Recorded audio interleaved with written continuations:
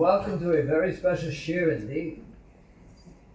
Usually, when we have a world-famous personality, it's Rabbi Budenheim who gets the honor of making the introductions. But this time, what can I say? A celebrity is none other than my own son, Tovia Singer.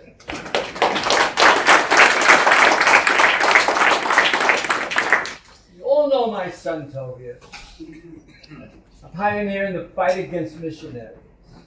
But let me tell you just a couple of words about his early years. You ready? Hold on to your seats. Toby was always a fighter, even as a little boy. I saw this in him.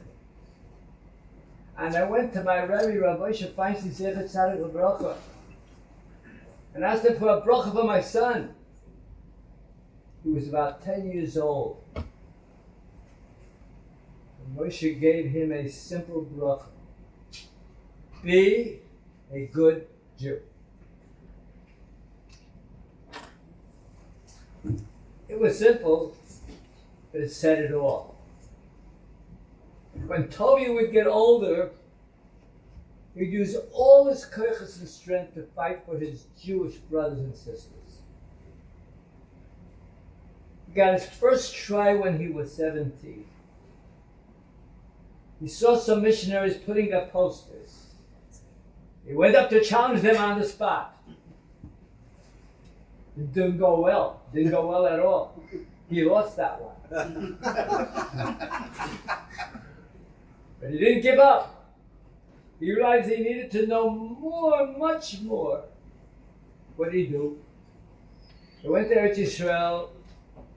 He visited his uncle, my older brother, Alav Hashalom, who had a lot of books on this topic. Tovia dug in.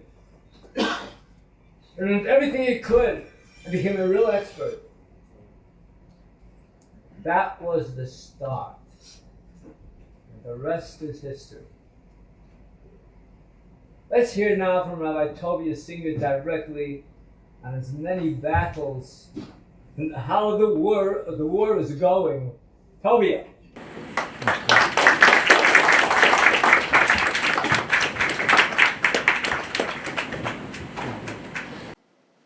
Speaking here, this marks the final lecture of an enormous series of programs that I've presented here in the United States. I moved to Eretz Yisrael, I made Aliyah a little more than 2 years ago. Moved from Indonesia, where I have been serving as a rabbi for 5 years, helping Jewish people in the church return back to the truth and the beauty of the Jewish faith. I moved to Eretz Yisrael because I realized the Magefa that was going on in the Holy Land was a stage 4, Rachman al-Islam, was very bad. I could not possibly justify living outside of Eretz Yisrael any longer. And this is the first time I'm in the United States since that point. My father, may he be well, speaking about events in my life, my father was there when I was 17 years old in Midtown Manhattan, meeting missionaries who were targeting Jews for conversion. 17 years old, a yeshiva boy. This was the strangest thing in the world to see people in Midtown Manhattan hanging up posters on the lampposts of Fifth Avenue telling people why come to Jews for Jesus and believing in Jesus is the most important thing you can do. And I was enraged. It was a conversation, as my father saw, my uncle saw, that was going absolutely nowhere very, very quickly. There's a person in this audience who came over to me this evening earlier and asked me, what do I do about the missionaries I encounter on the streets of New York? It is not a satisfying experience. I am sure there are some of you sitting here tonight who've engaged with these missionaries. An elderly Jewish man was observing this spectacle. The whole family was out there. He took me by the arm. He schlepped me away from them and told me to not bother arguing with these missionaries, and also informed me that I did not know enough to engage with these people. I was very surprised by that because, as it turns out, I had a yeshiva education and I was not certain that these people were even Jewish. What do you mean I don't know enough? And it was, in fact, the following fall, just a few months later, I came to Israel for the first time. My uncle, Zechreinu Livracha, greeted me. As it turned out, the previous Shabbos, before I had arrived in Eretz Yisrael, my uncle had an unusual guest at his home, a Christian minister who he engaged with at a bookstore. When he left my uncle's home, he gave him a gift, as a gratitude, thank you. What did he give him? The King James Bible, red letter edition. This is the fancy one. And he was very proud of this. Give a look at what I have. Like he had the manual from the other team. Give a look at it. Let's give a look at what we got here. And I told him that's exactly what I wanted to read. And I began to study it, and I was shocked. It was much worse than I had ever imagined. Much worse. I had no idea. But it solved many questions of why they hated us so much. I didn't understand why people who were not Jewish despised our people so much. Are they nuts? Are they crazy? Have they looked? And then I read this literature. I read this grotesque screed, and I realized there was nothing wrong with these goyim. They were reading literature and drawing the only possible conclusion, and that is that the Jews are the devil. A completely rational conclusion after reading the Gospels. There was nothing wrong with Luther.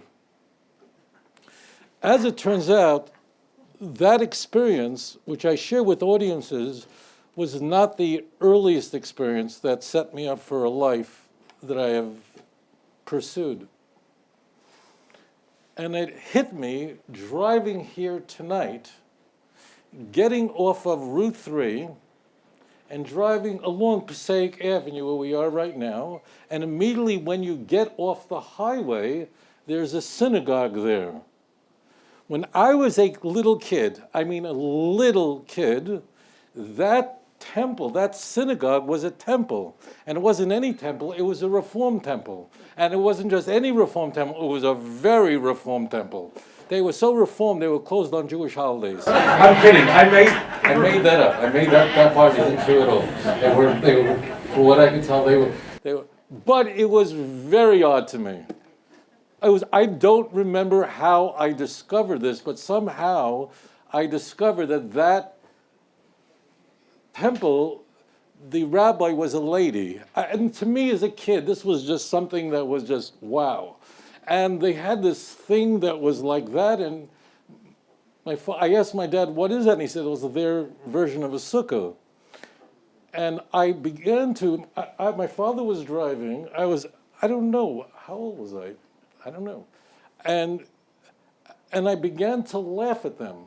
As we were just passing by, going towards Route 3, this temple, lady rabbi, a sukkah that was kind of a thing that people just passed, whatever it was, I just began to laugh at them in a very, very derisive way. And my father said to me, don't laugh at them.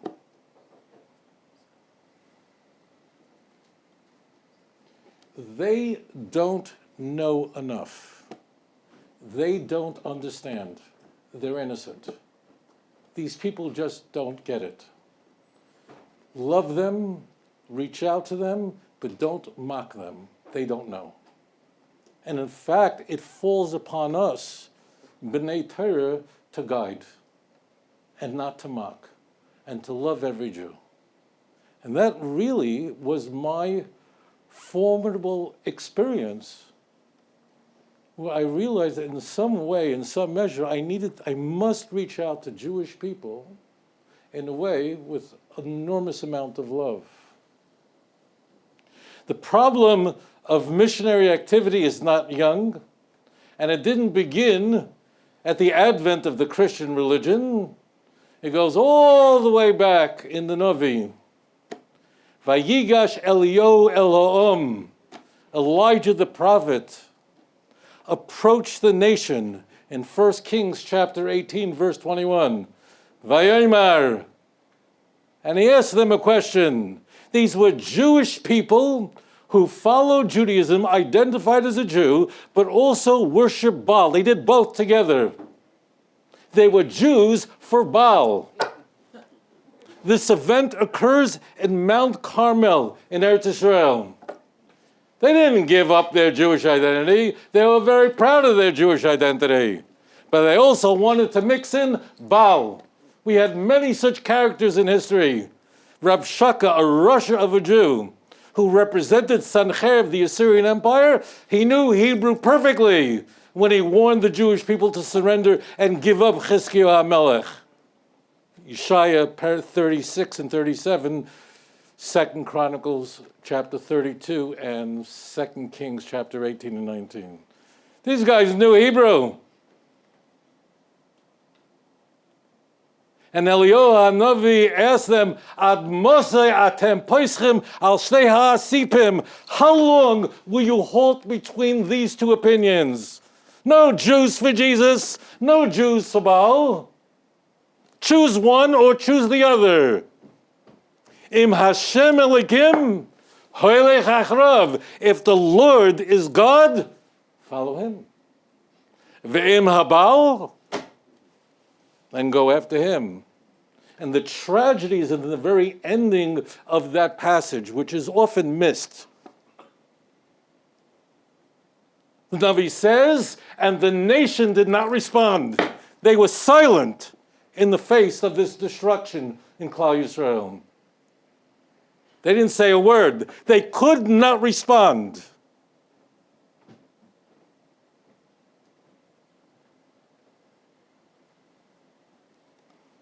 Today, there's a magefa, fundamentalist, evangelical, born-again Christians. I'm not talking about the Roman Catholic Church. I'm not talking about liberal Christian groups. I'm talking about evangelical, born-again Christians, the pro-Israel type. These people are completely committed to converting each and every one of you to Christianity.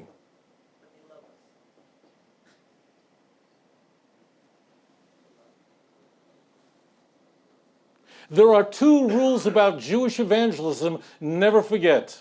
Rule number one is, in virtually all cases, the person who's most likely to succeed in that encounter with a Jew is going to be a Gentile evangelical Christian, not a Jew who's already converted. There are many of you sitting in this room who have seen Jews for Jesus, Chosen People Ministries, Friends of Israel Gospel Ministries, on the street corners of this city and many other Jewish communities around the world. And many of them are Jewish by birth. These people will never succeed in evangelizing a Jew. Never. Why? Because Jewish people, regardless of their background, are repelled by apostates. Jewish people, they're very uncomfortable with that. The people who succeed, if you ask that cousin of yours, if you ask your brother's daughter, if you ask your friend's sister, who you know is involved in this, tell me who was the first person to witness to you. I can almost assure you that first person is going to be someone who was not Jewish at all.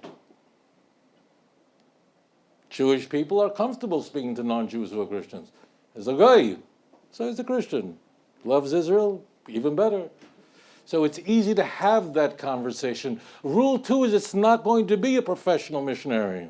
It's not going to be someone on the streets, someone who works for First Fruits of Zion, someone who's employed by Chosen People Ministries, a Baptist mission to the Jews. Jews for Jesus is very famous, which began in 1973. It's going to be someone who your cousin is going to meet in a university campus. It's going to be someone that your friend is going to meet in a cafe, place of work. It's this army of lay Gentile evangelical Christians. These are the people who are successful in evangelizing Jewish people. These folks firmly believe, that there's an imperative to convert the Jews. Now, bear in mind that fundamentalist Christians want to convert the world, not just the Jews. People sometimes ask me, they say to me, Rabbi, I go to a baseball game, I'm watching a football, and people holding up big signs, John 3:16. I see it on a bumper sticker, John 3:16. And people ask me, Rabbi, what does it say in this Passaic? That's so important that it just says.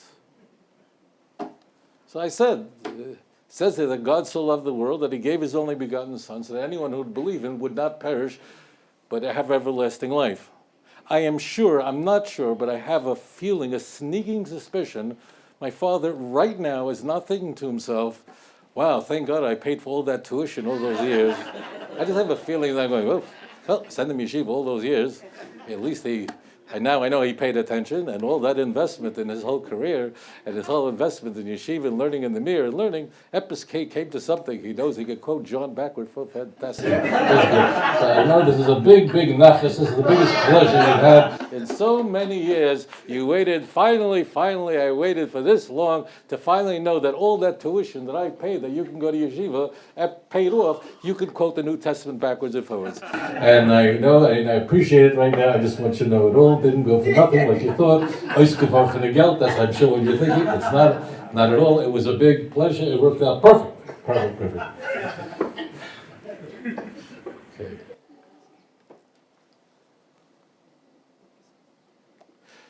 It's important that you know that the church always wanted to convert the Jews. It's not a new thing. Ein davar chodesh, there's nothing new. This idea of converting the Jews and emphasizing the Jew before anyone else is found in the Christian Bible. But the Jewish people, and you in particular, pose an enormous problem to the church. Enormous problem. The church claims that if you look at your own Torah, chas v'chalila, if you look at your own scriptures, you will find the proof of Christianity.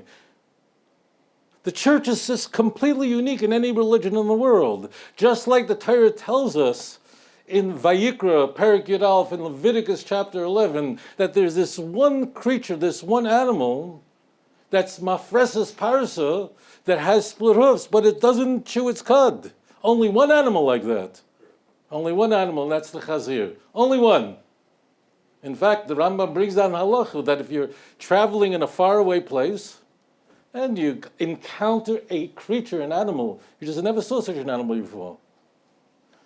So you want to know, is it a kosher animal or not? Is it a clean animal or not? Can I shecht it, eat it or not? You can't look. So the Rambam says that if you know what a pig looks like, so look at the face. If it's not a pig, you can look at the feet. And if it has split hooves, you can be sure that this is a clean animal. Torah tells us that this is the sign. And throughout the Navi, we have this idea that the last kingdom that would subjugate the Jewish people would be this Golus of Edom. In Sefer Daniel, that's described as a leg that's made out of clay and iron, that outwardly displays its Jewishness. And a pig walks like on high heels with its feet on full display. Everyone, give a look at me. I'm kosher. Give a look. But inside it's treif. It's not maligero. And it will be destroyed at the end of days. But this is completely unique, and that's for that reason that it is the pig, it's the chazer, that that is emblematic of everything that is unkosher. In truth and halacha, it is as forbidden to eat horse meat as it is to eat pig meat. Chayv Malkus. But it's the pig that represents everything that's unholy, because it is the pig uniquely that says, look at me. Look how kosher I am outside. But open it up and there's nothing in there. It's not Maligera. This is the symbol, always four in Tanakh. 4 kingdoms, the kingdom of Babylon, of Bavel, of Persia, Greece, and finally this horrific nightmare in Daniel's vision of this last kingdom that would morph and change as Rome converts to Christianity. Rome would produce an emperor, Constantine, that would embrace the Christian religion in 312 and produce the Council of Nicaea and produce an empire by the end of the 4th century where Christianity would be its official religion and would split apart of the Great Schism of 1054 and split apart again in the Reformation of the 16th century.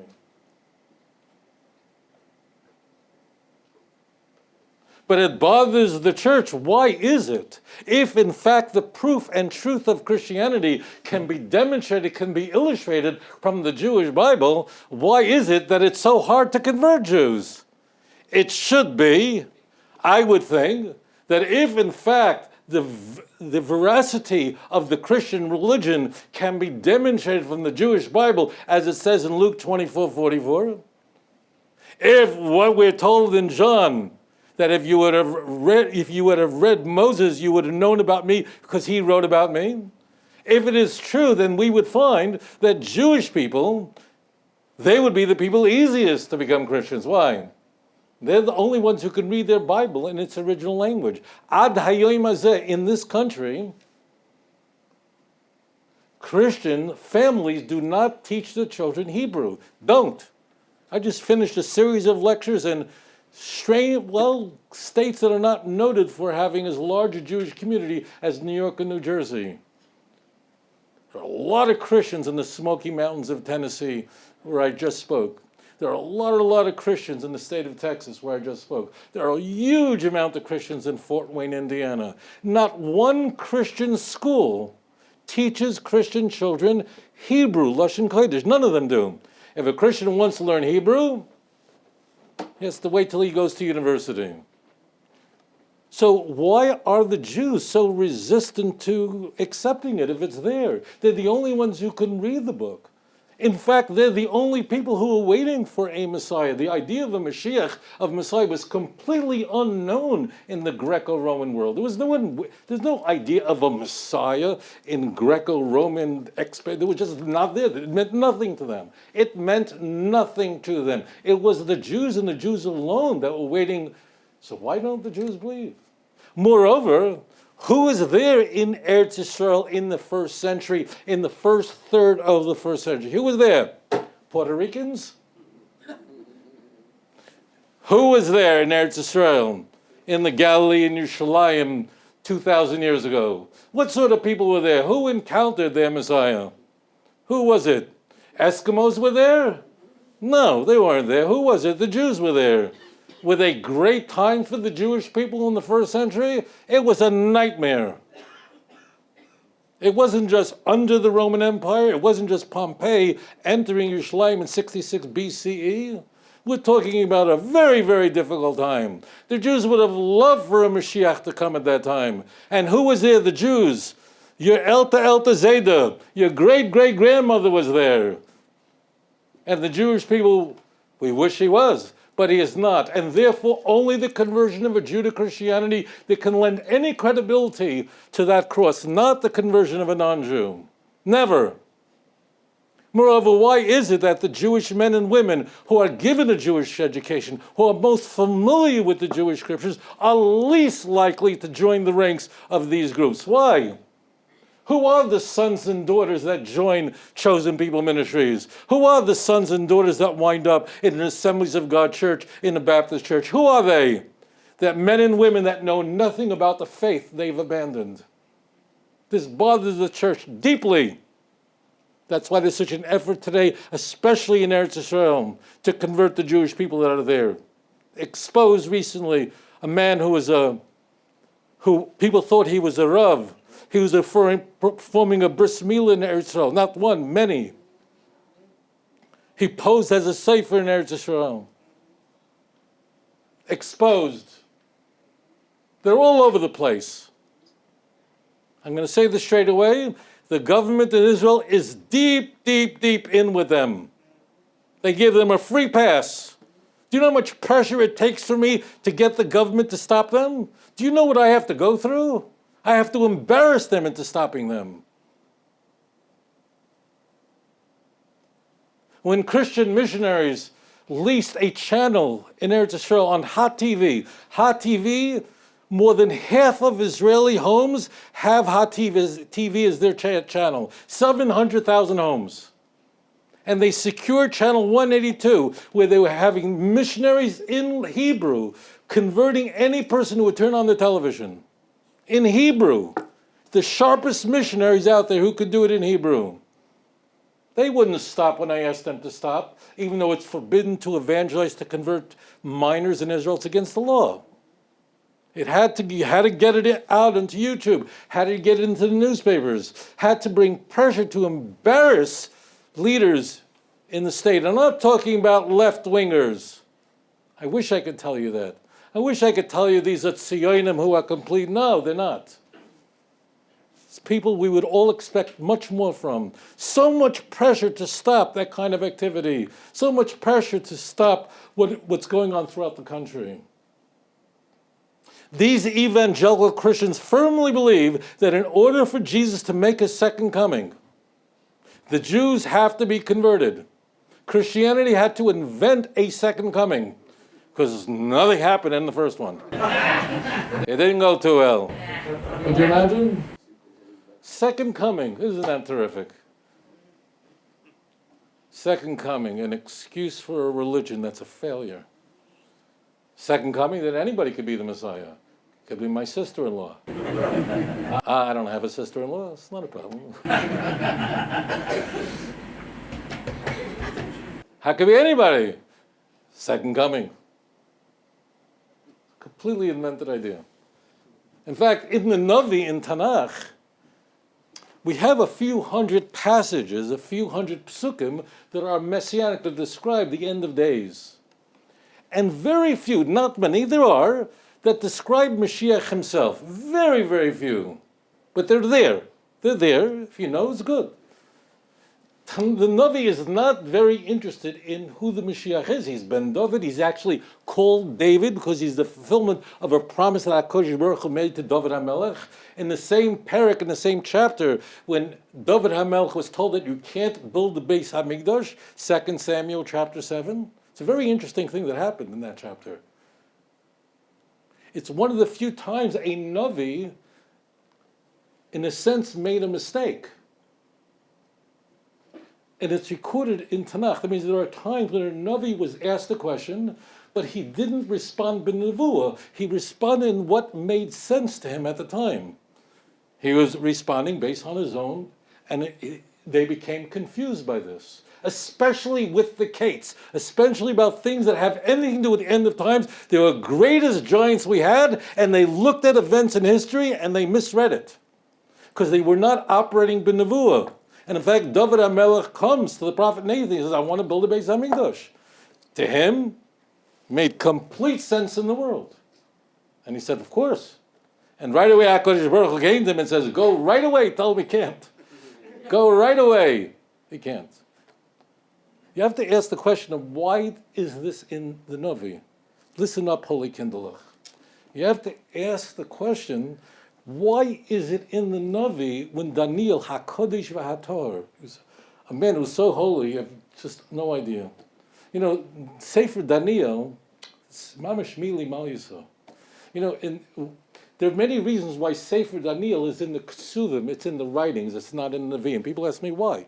Daniel was such a Kodesh Merechem Imo. He was 14 years old when his whole prophetic career began, when he was brought to Bavel. He was young. Yirmiyahu also young, 15 years old, just a year older. He was a giant. But in Sefer Daniel, Daniel is never telling the Jews how to behave. Never is. His life is an example of how you should guide yourself. There are really not many Jews in the whole book of Daniel, aside from his own companions who were introduced to early on in Sefer Daniel. Hananiah, Mishael, and Azariah, all Goyim. When Christians go, the New Testament is all filled with Jews. It's all Jews about Jews and Jews. I don't care if the Jews in there. You go to the New York Times, it's filled with Jews.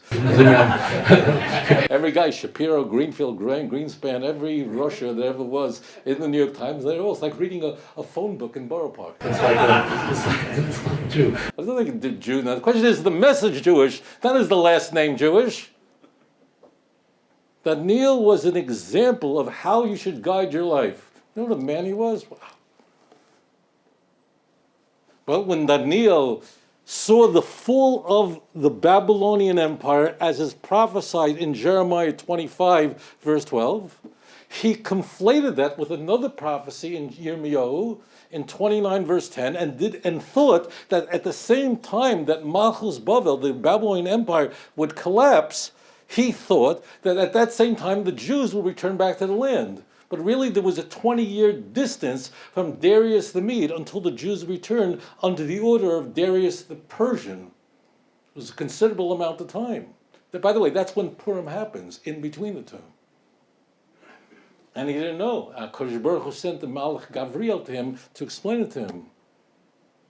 In this chapter, when the prophet first said to David, go build it, and then don't do it, because he's told that in Nevuah, he made a promise to David HaMelech in verse 12 through 16, that through you is going to come all the Davidic kings, and what happened to your predecessor will never happen to you. The Davidic dynasty can never be destroyed. Never. It's forever. And HaKadosh Baruch Hu keeps his promise. V'gam netzach Yisrael lo yishaker. And the glory of Israel will not lie. Why? Ki lo odom hu. Let them listen to that in the church. Let them hear that at the Vatican. Let them listen to those words in Rome. Let them hear those words in Dallas Theological Seminary. Let those words bounce off the walls in Moody Bible Institute in Chicago. Ki lo odom hu hinachem. Because God is not a man and he'll never change his mind. Never. And we're seeing now prophecies that are being fulfilled in front of our eyes today.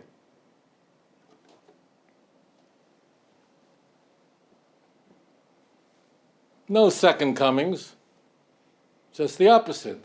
Hosea was a great Navi who lived at the same time as Yeshayahu. They were contemporaries, at the same exact time. It's a Gemara of Basra. Yudal and Tesvav. Also lived at the time of Amos, Micha, they all lived at the same time. Hosea says that the last period of Jewish history marked by a time where the Jews would go into exile for many, many years, for a very long time. And during that time, there would be no king, there would be no sacrifice, until the end of days when they will return to God and David, my servant. It's prophesied. Second coming. But these Christians believe that in order for a second coming to occur, the Jews en masse have to be converted to Christianity. In 1972, fundamentalist Christians gathered in Western Switzerland. It's one of the oldest Jewish communities in Western Europe, in Lausanne. They gathered to understand why had the church in the past failed in its effort to convert the Jewish people, and what new techniques could be used to rectify that so they could finally convert the Jews. Why was Epis 1972?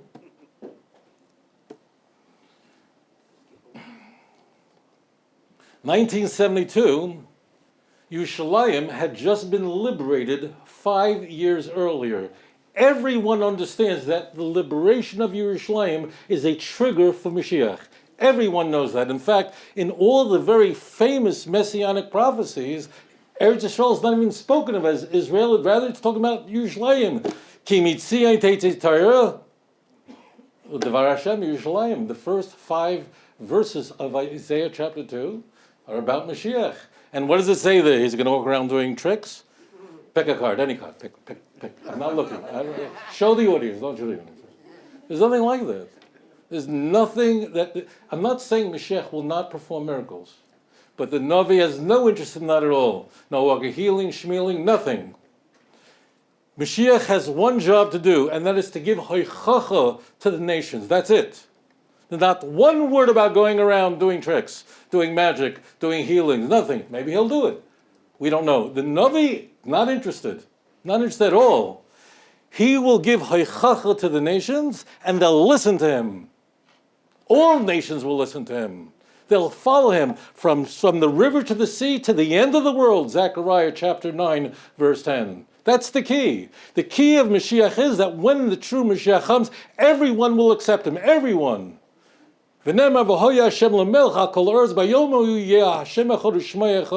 You're reading Zechariah chapter 14. If a person comes and claims to Mashiach and not everyone accepts him, he cannot be Mashiach. Cannot be. It's built into the system. It cannot be, because that's the whole point. That when Mashiach comes, everyone recognizes the truth. The enemies of God will be thoroughly destroyed. And everyone will look to him, and his malchus will have no end. See Daniel chapter 7, verse 14. If Christians would only pay attention to the very book that they're misquoting constantly, maybe they wouldn't be in the church anymore. You can't have a second coming. You can't have a Mashiach that's not accepted by everyone. That's the key. The point of Mashiach, it should be said as an aside, most of the Nevi'im that are mentioned in Tanakh, now it should be mentioned that most prophets that ever lived, we have no record of them. Their writings and their teachings were not recorded. There were more than 1.2 million Nevi'im in Jewish history. Kuflayim kiyotz Mitzrayim. What happened to all that they taught? Can you imagine? These are the greatest men and women that ever lived. The vast majority of what they said, is lost. What has been preserved? Only what's been preserved in Tanakh are only those things that are nitn l'doros, only those things that are relevant not just to the generation to whom they spoke, but to all future generations, are as meaningful today as the day that they are articulated. And if you're reading a Passaic in the Navi and you don't understand how is this relevant to me, it means you don't understand it.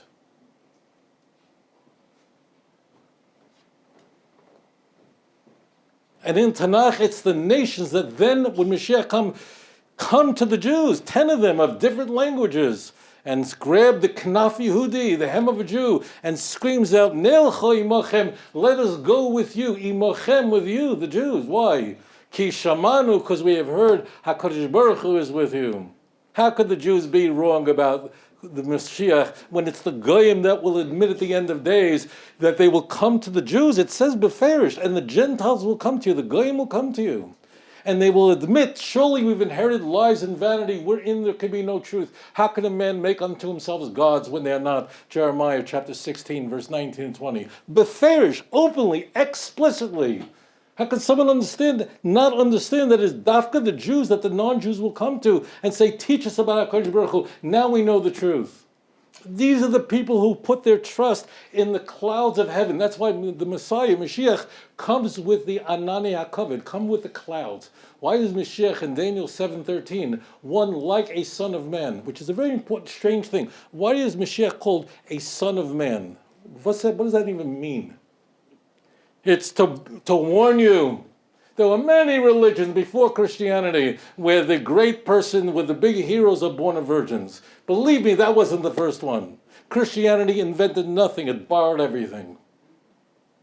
Alexander the Great, born of a virgin. Hercules was a big shidduch between Zeus and his mother. Romulus, the fake founder of Rome, one of a virgin. What an interesting thing. On December 25th. Pink that. This is an old story from old doulas, and they all were born of virgins. This is an old story because they were dualistic. They had no concept of Kedushin. They had no concept that a man and a woman can go into partnership with God. To them, these were two separate things. They were completely incompatible. So the Navi warns, It's going to be the son of a man. And if someone claims he doesn't have a father, he can't be Mashiach. Don't even go near him. That's why it says the son of man. And Christians have it in their own Bible, born of a virgin. That means it's out the window. The moment you claim born of a virgin, you don't have a human Jewish father, with which to trace your genealogy back to David and Malach, back to Shlomo. So that's number one. It's Eisgeverven, out the window. Number two is Daniel saying it's got to be someone who's the son of a man. Why does he use such a strange lashon? It's not the only place in Tanakh we find that term used. In Daniel, it is in Aramaic, because Daniel 2 verse 4 all the way to the end of chapter 7 is in Aramaic. From 8 to 12, that's in Hebrew again. But we have the term very rarely, but it's used, someone is the son of man. It means that a person's just a regular person. Don't make a mistake. Famously, the other person in Tanakh who's referred to as the son of man, who's called the son of man a lot in Tanakh, is Yecheskel, Ezekiel. Why? Because the Sefer opens with Yecheskel on display, shows the most ecstatic vision that's ever recorded in Tanakh. There's nothing like it. In fact, what is stated in the Maaseh Merkava, the divine chariot, in the first opening passage of the book of Ezekiel, that our sages warn us that no person can possibly comprehend what are the details in this chapter.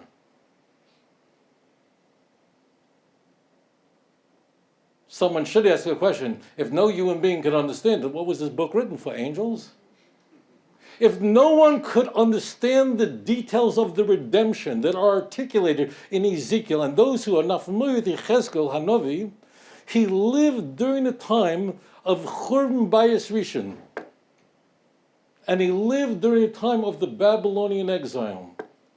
And he observed the Shechina of HaKadosh Baruch Hu leaving Yerushalayim and moving on in a chariot. It's moving.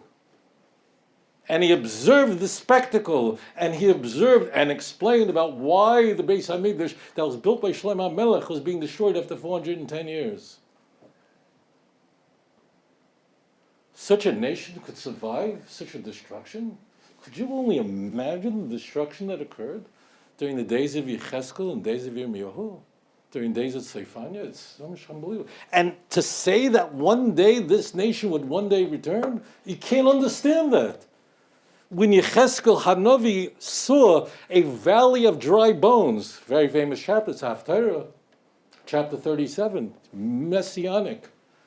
Hashem asked him, it's really a strange conversation. HaKadosh Baruch Hu asked him a question. Remember the question he's asked in the beginning of the chapter? Can these bones live? He sees a valley of dried out, bleached bones.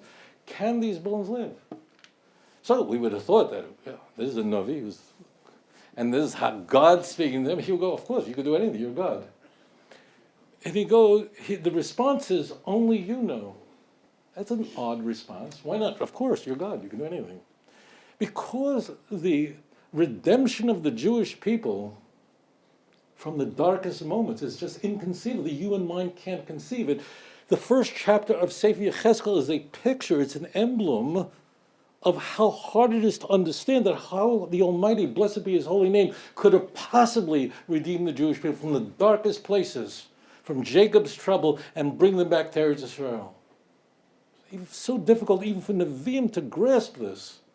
And that's a mushal in the fact that we can't understand the fine details of Ezekiel chapter 1.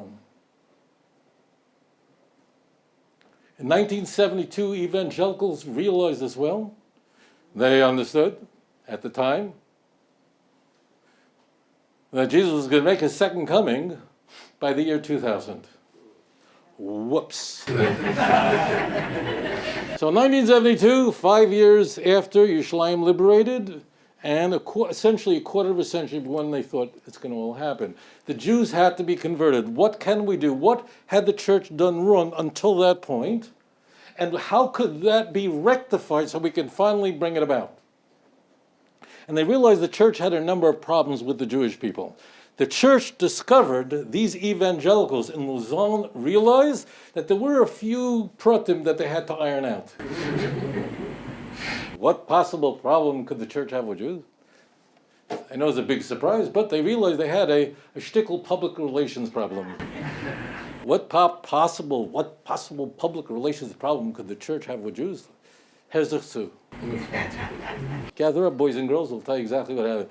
They realize that for some strange reason, Jewish people tend to equate Christianity with persecution. I know, crazy, completely. I know, where'd you get that from?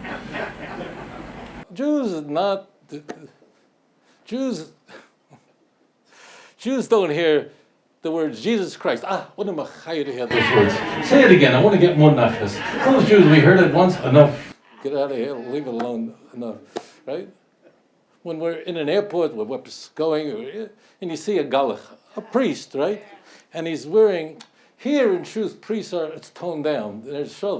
But then you see them wearing not only a white Roman collar, but they're wearing all kinds of shmatas and outfits and hanging gold and incense and helmets, very all dressed up, right?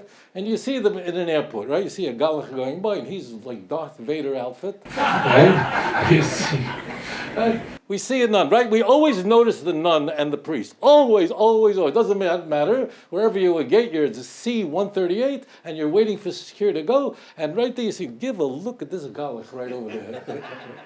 And everyone's giving, I wonder what he's thinking, right? If he would come over to you and ask you for directions, how to go, you would be 20 times nicer to him than anybody else. Why? Because you're so nervous. But it makes us uncomfortable. Why? Because it's weird. If we see a Hare Krishna with his head shaven with payas in the middle of his head, so every Jew says, oh, that poor mother. Right? But we see a galach all dressed up to the, with the Shemaina Begudim where he's ready to go. So every Jew's like, right? They have, in New York you see it, other places you don't. Churches usually are built outside of New York. They have a lot of land, they have their building with tremendous land, someone donated, and you can't even see what's going on inside. But in Manhattan, land is very expensive, so they have churches that mamish come up right to the sidewalk, mamish right to the front where you're walking by. And you have a Jew walks by a church and looks at, you give a look inside. What's going on over there? Why is that? Why do these images bother us? If it doesn't bother you, there's something wrong with you. Why? Because it reminds us of 2,000 years of persecution. So they came with a great technique. Are you Jewish? We love you. We love you. L-O-V-E-U. We love the Jews. Baruch Hashem. We love the Jewish people because you're chosen. You are the apple of God's eye. We love you. But just loving us to death, and we're very pro-Israel, that wouldn't be enough because they realized that in fact the problem the church had with the Jewish people was not just a public relations problem, and just by expressing all this love for the Jews, that would not address this core reason why Jews don't want to be Christians. And I'm talking about very religious. I'm not Jew. And that's because Jewish people, they also concluded, are very proud of their Jewish identity. Now, I know it sounds a little strange to you, but just stay with me on this one. Jewish people, they concluded, even those who are not religious, most American Jews are not affiliated with any denomination or temple. But most Jews will say, look, I'm not the most religious Jew in the world, I don't know, but I was born a Jew, I'll die a Jew, and I don't want to become a Christian. By becoming a Christian, I'm no longer Jewish. And most Jews are proud of their Jewish identity. This comes as a very big surprise to rabbis. But Jews generally are proud of it. So they realized that in order to trigger this, this second technique had to be employed that goes something like this. When you become a believer in Jesus, you're not converting to another religion. Oh, no. You're becoming a Messianic Jew, a completed Jew, a fulfilled Jew. It's the most Jewish thing you can do. I mean, Jesus was a Jew. How can it not be Jewish to believe in Jesus? And this, to the horror of Jewish communities worldwide, has been an enormously successful approach. I want to just, before I take your questions, I want to bring this to a full circle, because if these evangelical Christians were so interested in converting Jews, but we were not receptive customers, they wouldn't. Why?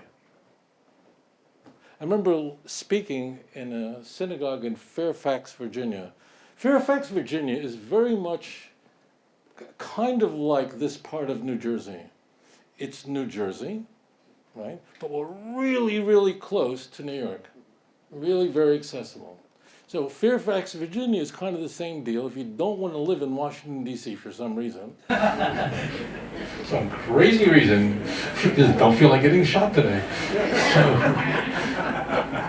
So you can actually live, and that's in italics, you can live in Fairfax, Virginia, and then just, take the bus, get into America's capital very quickly. Many of the people living in Fairfax that I've met in synagogues that I've spoken at there, they work for the government. Met a fellow who is employed by the Secret Service of the United States at a synagogue in Fairfax. He does not protect the president or his family. His job is very interesting. He protects the currency of the United States.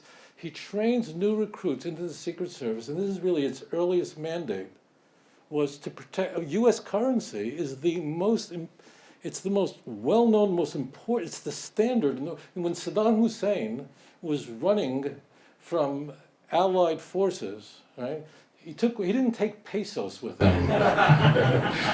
He might have hated America, I'm convinced that he did, but he made sure that he had like $1 billion in cash. It wasn't like $1 billion rupiah in cash, which is worth $18. It's not worth a lot. He wanted, the U.S. currency is the world standard, and of course it is by far, it's the currency that people tried to counterfeit. And his job was to train agents, new recruits, bright young men and women, how to identify a fake. I thought, these people must have quite a collection of counterfeit currency that had been confiscated. New recruits, they study all kinds of counterfeit money. They become experts in it, became in it, and this way they can identify it right away. You must have some collection there. And he said to me, Rabbi, that's not the way we train our agents here. The way we train our agents how to detect counterfeit currency is we show them real money. Real American money, I didn't know this, is printed on a paper. There's no other paper like it in the world, and this country ensures that no one else could reproduce it.